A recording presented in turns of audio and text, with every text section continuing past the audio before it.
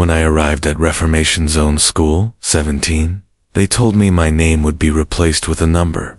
I received a gray uniform, a cold bed, and a 78-page booklet filled with rules that could not be questioned.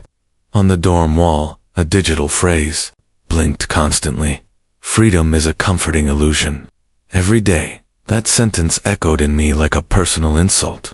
I was just an 11-year-old boy, but I already knew that what surrounded me wasn't real, or at least, not everything there. As I didn't speak to anyone. Some thought I was mute, others just odd. The instructors didn't care, as long as I followed protocols. Wake up at 5:30, feed the system with programmed responses, and attend collective indoctrination with unwavering eyes. But inside me, echoes of another life remained, images, sounds, touches, fragments of a world they insisted never existed. Sometimes at night, I dreamed of the smell of wet earth, of my mother's hands stroking my hair, of a starlit sky without patrolling drones. And then I'd wake up, surrounded by the bars of the youth wing, where boys and girls were molded to forget. In the indoctrination halls, pre-written phrases were recited by metallic voices. Before the order, there was chaos. Feeling is weakness. To question is to betray. And everyone repeated them in unison, like they were programmed. I didn't. I recited in silence, but each word was a spark igniting hidden memories. I couldn't explain how I remembered. I just knew something in me resisted their logic, a spark of truth they hadn't erased. The tutor of Wing J, where I stayed, was a tall, rigid man, known only as Supervisor Marek. He seemed to watch me more closely than the others. Maybe it was because I never reacted as expected. Once, he called me privately and asked if I remembered anything before the reformatting. I shook my head no, but I could see in his eyes that he didn't believe me. After that, he started testing me, showing me old images, confusing scenes, observing my reactions.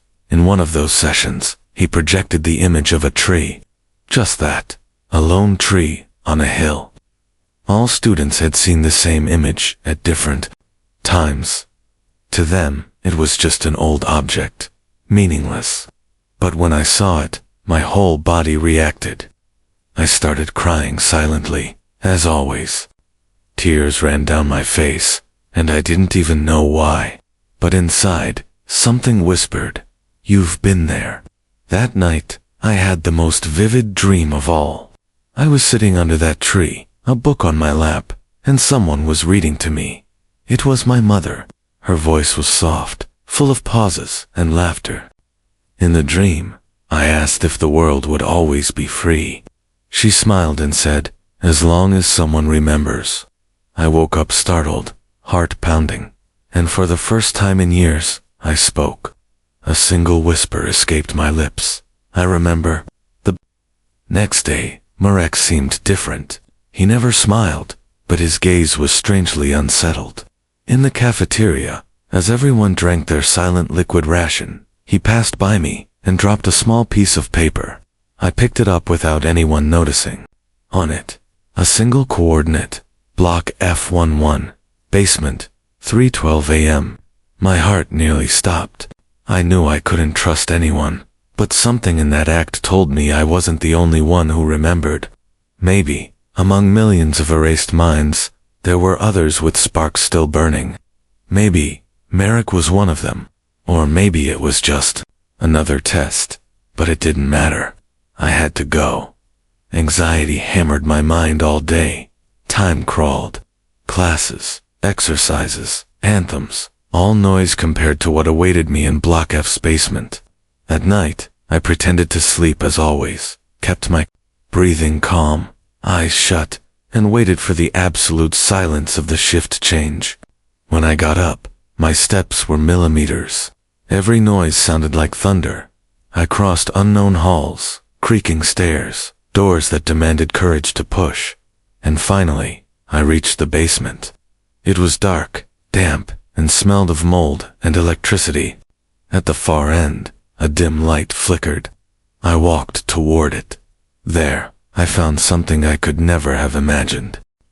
The dim light flickered in the corner of the basement, casting distorted shadows on the aged concrete walls. With every step, the floor creaked beneath my bare feet.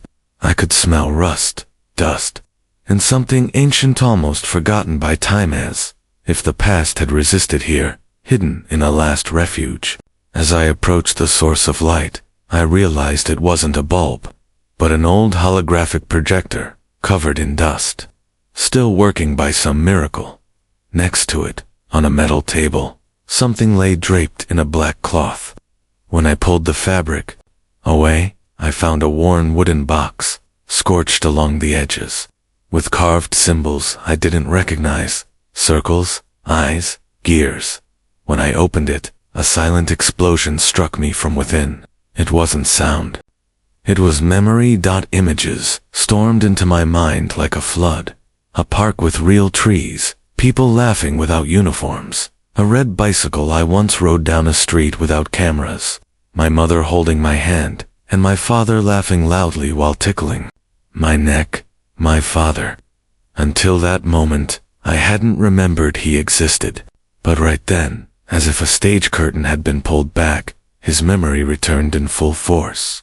His face, his voice, his absence. He had been erased, just like everything else. I fell to my knees, not knowing whether to laugh or cry. It was as if the box had broken an invisible wall that separated me from myself. I stayed there for minutes, maybe hours, until a voice echoed behind me. It wasn't Marek. It was a woman's voice, firm but calm. "You remember, don't you?" I turned. Slowly. A woman stood against the opposite wall, wearing the same gray uniform as me, only more worn. Her hair was tied back in a messy bun, and her eyes sparkled with the same pain I felt. I didn't know how she got in. I didn't ask. I just stared at her in silence. "I'm Aylin," she said. "I was indoctrinated too. I forgot. But something down here made me remember. This box, it's like an anchor to what we were, to what's real." She walked toward me slowly, as if afraid to scare me off. I sat on the floor, too drained to react. She sat beside me and traced her fingers along the box's burned marks. They think memory is a file they can delete, but real memory, it's like a scar. It doesn't vanish. It hides until the right moment. Her words stirred something in me. It felt like she was saying something I'd always known, but never dared to admit. So I asked, "Why do they do this?" She looked up at the ceiling, thoughtful. "Because it's easier to control those who forget they were once free." Aylin told me she was part of a group called the Bearers, people who could access memories from before the Great Reefer, kind of collective trauma imposed by the new regime that had established a global order. They weren't rebels, not yet. They were just carriers of forbidden memories. "Most people go insane when they start to remember," she said.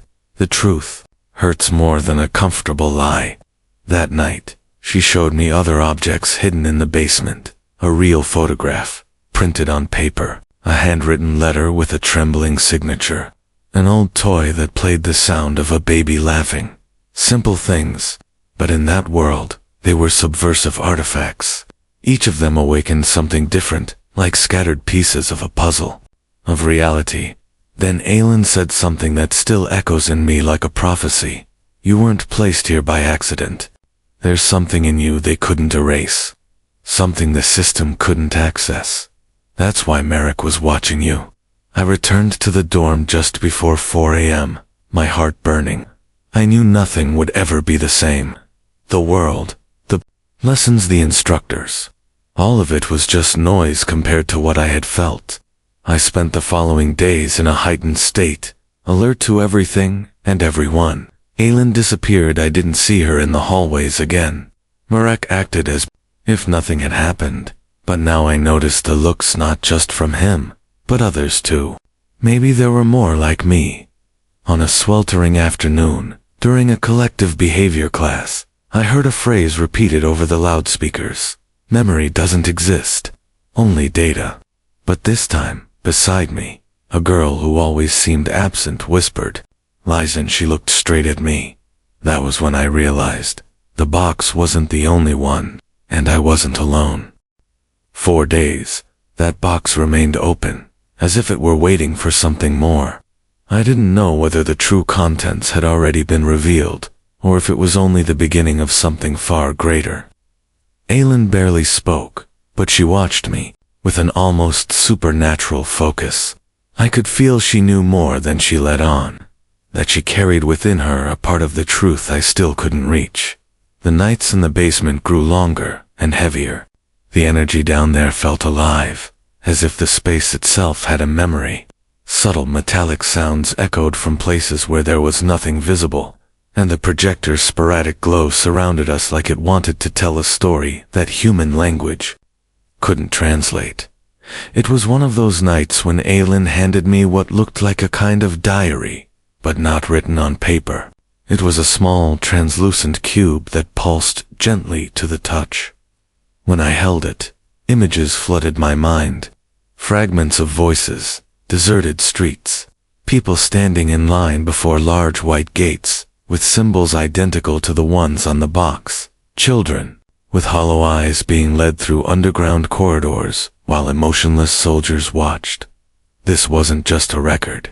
It was a collective memory, and somehow, it was inside me now. I spent days trying to understand why I, of all people, was at the center of this. Aylin finally explained.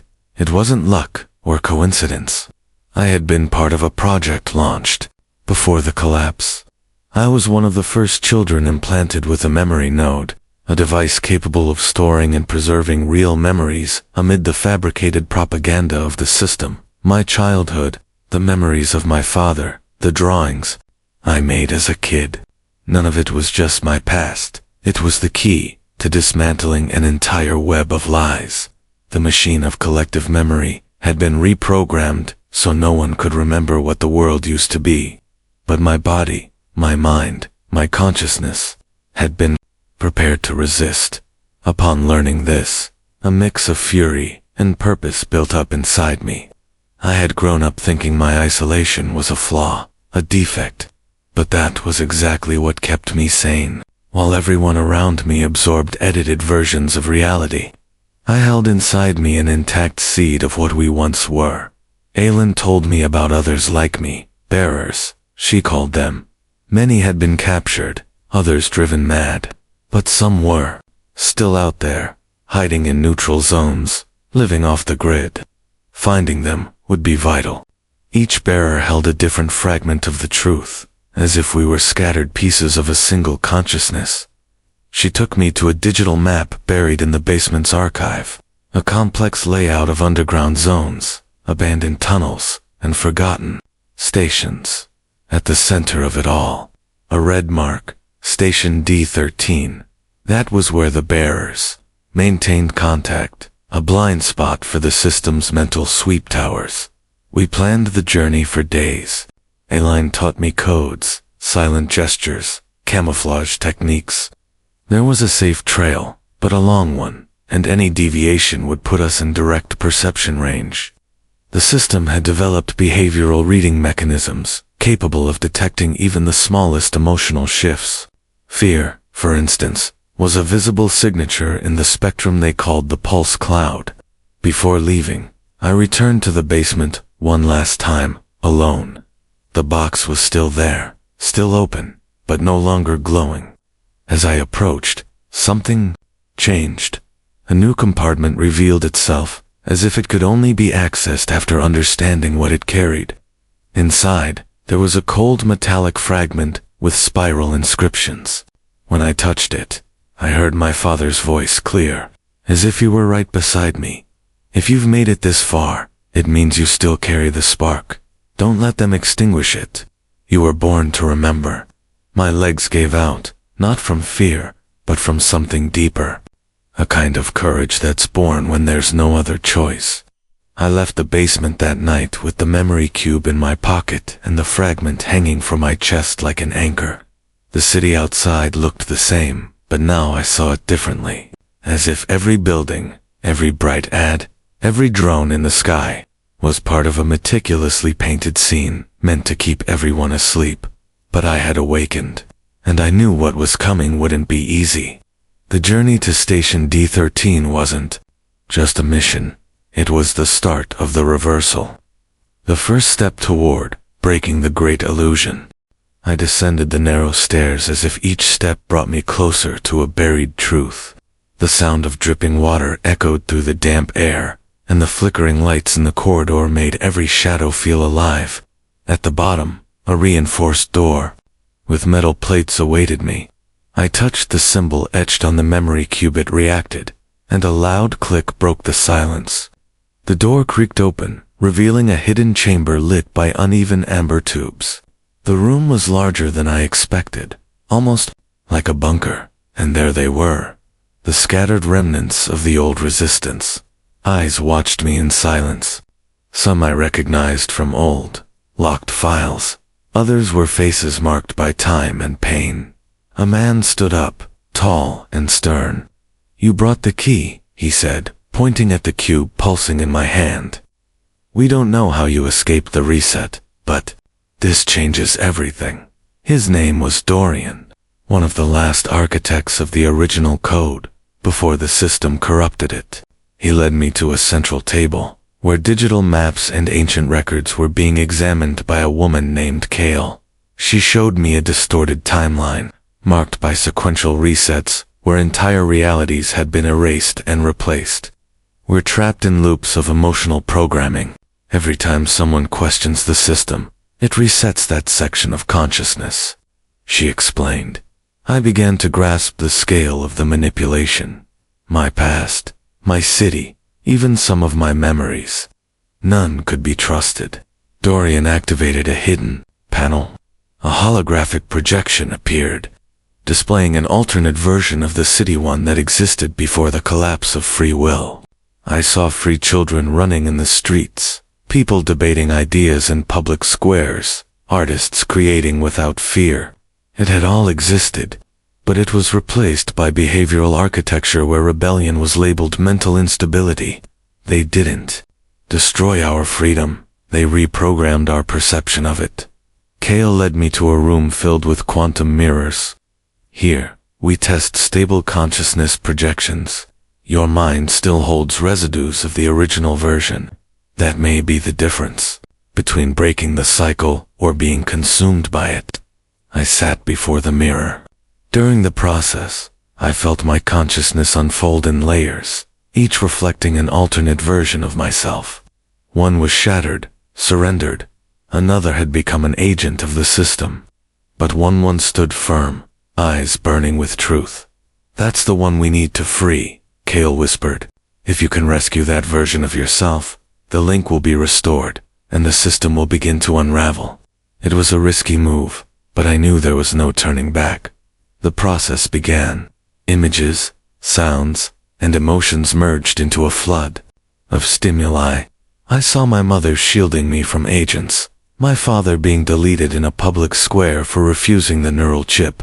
I smelled the smoke when the archives were burned, and at the center of it all, the child I once was, looking up at the sky asking, "Why does everyone seem to have forgotten?"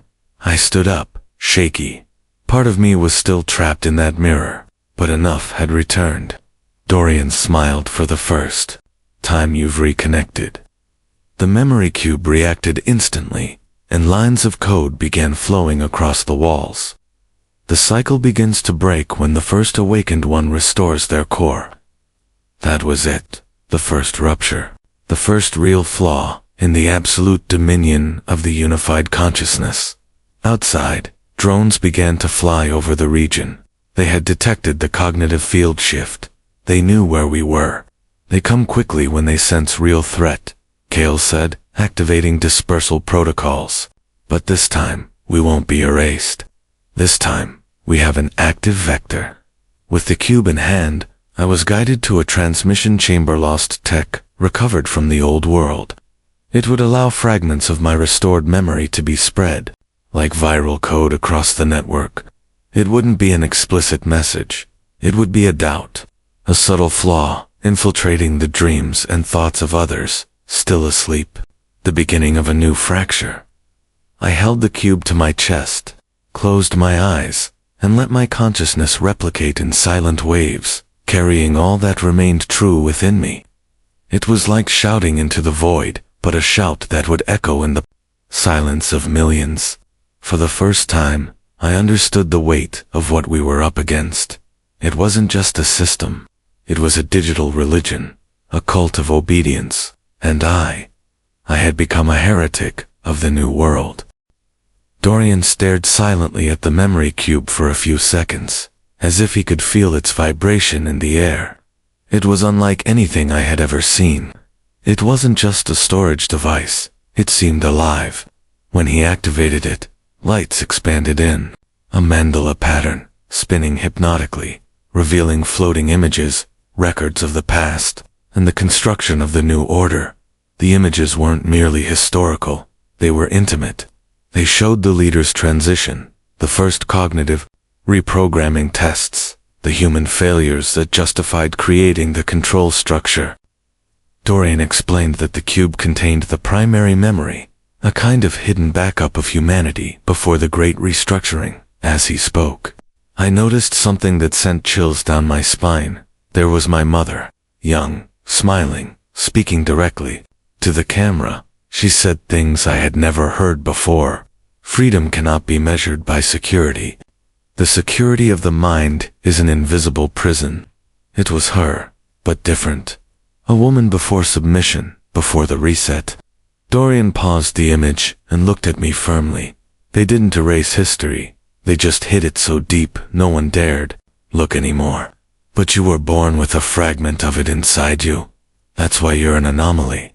I was speechless. Kale's presence beside me felt like an anchor in this sea of revelations. She didn't take her eyes off the projection, as if each pixel reminded her of something buried.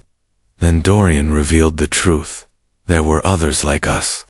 Dormant cells, people with flaws in the neural implant, who kept fragments of memory, fragments of original consciousness. They were hiding, waiting for the right moment to awaken, and each of them held a piece of the puzzle. But worse news came. The system knew about these awakened, and now that I had been identified, time was against us. That same night, Kale and I left for the outer sector. We crossed sewers, forgotten corridors, and contaminated zones to reach an old deactivated communication post, the last place where one of the fragmented had been detected. The silence was suffocating. Dust hung in the air, and the smell of rust and abandonment was strong.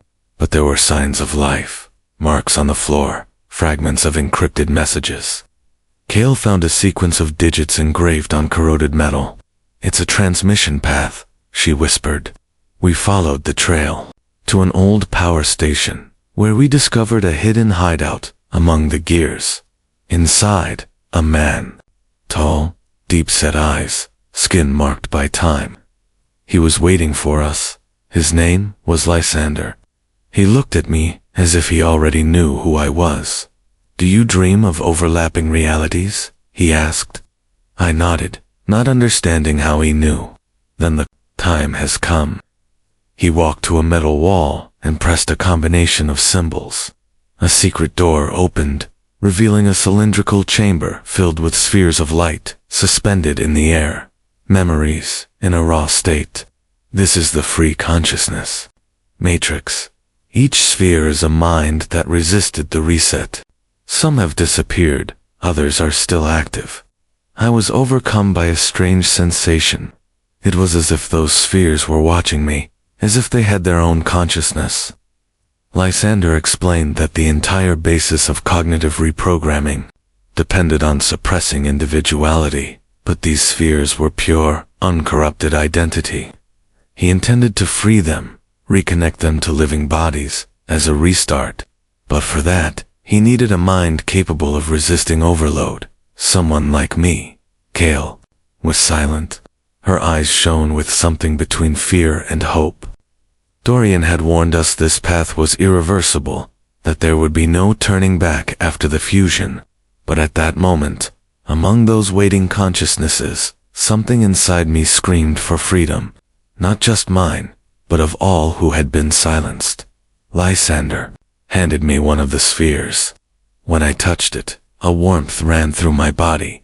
I saw images, lives that weren't mine, words and languages I never learned, distant faces. It was like holding 1,000 souls in an instant. And then I understood. We weren't just fighting the system. We were trying to remember who we were before it. The air was heavy, laden with a tension that felt almost tangible, as if the very space around me was compressing, pressing against my chest with every breath. I knew this moment would define everything, the culmination of a journey that began months ago when the first flicker of doubt invaded my mind. It was no longer just about understanding what was real or false, but about accepting that the very reality we knew was being dismantled piece by piece, like a puzzle whose pieces no longer fit together. I walked slowly down the cold, silent corridor, walls marked with old graffiti and nearly illegible inscriptions, remnants of a forgotten resistance.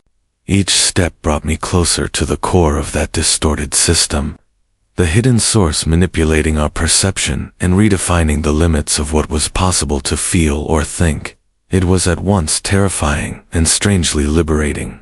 Fear mingled with curiosity, hope, and rebellion, a storm within me I could neither resist nor wished to. I remembered the voices I heard at the beginning of it all, whispers of a greater consciousness, fragmented and scattered among us, trying to emerge and reclaim control over a world seemingly doomed to the eternal repetition of its own mistakes. The fight was not just against an invisible force, but against our own fragility. The resistance we offered to inevitable change, the mental freedom we sought, demanded more than courage. It required a profound reinvention of who we were. When I reached the central room, I felt the weight of thousands of invisible eyes watching my every move. The pulsating glow of holographic panels lit the space, projecting maps of fragmented consciousnesses and hidden connections between complex web of data and memories. There lay the truth. There was no room left for illusions or the silent complicity of those who choose not to see. It was time to choose, to act, to confront the system that for so long controlled our minds. I firmly grasped the decision I would make from that moment on. I would no longer be a passive piece on their board. Every fragment of doubt I carried was now a spark of resistance, a flame ignited against the darkness of invisible control. The words of the old sage who guided me in the first steps of this journey echoed in my mind.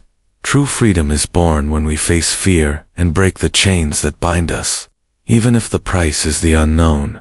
And so, in that moment, I felt something within me awaken to a new reality.